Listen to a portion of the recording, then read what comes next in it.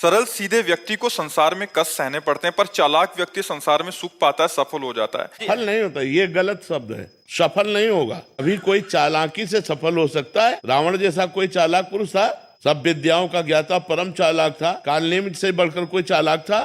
पूरी संजीवनी बूटी जैसी ही द्रोणागिरी में हर औषधि को कर दिया और साधु बनकर बैठ गए। हनुमान जी ने मार डाला, राम जी ने रावण को मार डाला, रहा न को कुल रोवन हारा। चालाक पुरुष सफल कैसे हो सकता? नहीं, सीधा सरल पुरुष कष्ट पा सकता है, पर सफल सीधा और सरल सच्चाई पर चलने वाला हो। जैसे धर्मराज युधिष्ठिर बिल्कुल सीधे थे, यहाँ तक इतने सीधे थे कि युद्ध क्षेत्र में कल कौन सी रणनीति है वो जाके दुर्योधन सीधे पूछ लेता था। भ्राताश्री कल कौन सा चक्रव्यूह रचना है वो बता देते थे। इसीलिए भगवान दो बैठक करते थे, एक युधिष्ठिर के साथ और एक युधिष्ठिर से अलग। युधिष्ठिर के साथ जो बैठक की वो चक्रव्यूह रचना ही नहीं होगी, क्योंकि वो दुर्योधन को पता हो। इतने सरल थे कि वो आके पूछ लेते, वो पूरी बात बता देते थे। तो आप देखो विनाश किसका हुआ? चतुर चालाक, जिसके साथ शकुनी, दुशासन, कर्ण, दुर्योधन के साथ इतने चालाक, चालाकी की हद थे ये लोग। तो क्या ये लोग सफल हुए?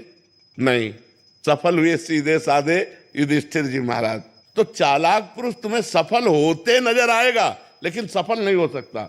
सीधा साधा पुरुष तुम्हें दुख भोगते नजर आएगा, लेकिन वो दुख भोगेगा नहीं, आगे चलकर वही विजय को प्राप्त होगा। थोड़ी यात्रा ऐसी है जिसमें संशय हो सकता है देखकर कि बेईमान, दुष्ट, चालाक, कपटी पुरुष उन्नति को प्राप्त हो रहा है और धर्मात्मा, ईमानदार दुख को प्राप्त हो रहा है। लेकिन परिणाम में जो सही चल रहा है उसका सही परिणाम होगा, और जो गलत चल रहा है उसका गलत परिणाम होगा पक्का।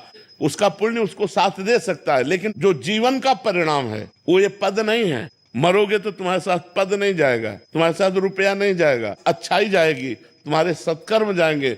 और ये पक्की बात समझ लो, जब आपके आचरणों का, और भगवान ऐसी बुद्धि भ्रष्ट कर देते हैं कि खुला आचरण उसकी गंदगी सामने आ जाती है। आदमी की इज्जत चली गई तो किस योग रह गया? तो ये पक्का समझ लो, अच्छा पुरुष और धर्मात्मा पुरुष दुखी हो सकता है लेकिन हार नहीं सकता। विजय को वही प्राप्त होगा, ये निश्चित बात है। सामने से तो बहुत सुंदर दिखाई दे रहे और पीछे जो पाप कर रहे तो मालिक देख रहा है, उसका हिसाब मालिक करेगा। मालिक की दुकान में है सबका जीवन खाता। पाई भर का भी चूक नहीं होती हमारे मालिक से, एक एक बात का हिसाब होता है। अगर हमने अंगुली भी उठाई है तो उसका भी हिसाब है कि क्यों उठाई और कैसे उठाई। परमात्मा सबको देख रहा है, इसलिए ये मत जानो कि कोई देख नहीं रहा है, हम अच्छाई कर रहे हैं, हमें बुराई पर बुराई मिलती चली जा रही, कोई हमारे देख नहीं। परमात्मा देख रहा है। और जो एक है कि मैं छल कपट बुराई से बढ़ रहा हूं तो देख लेना तुम नष्ट हो जाओगे।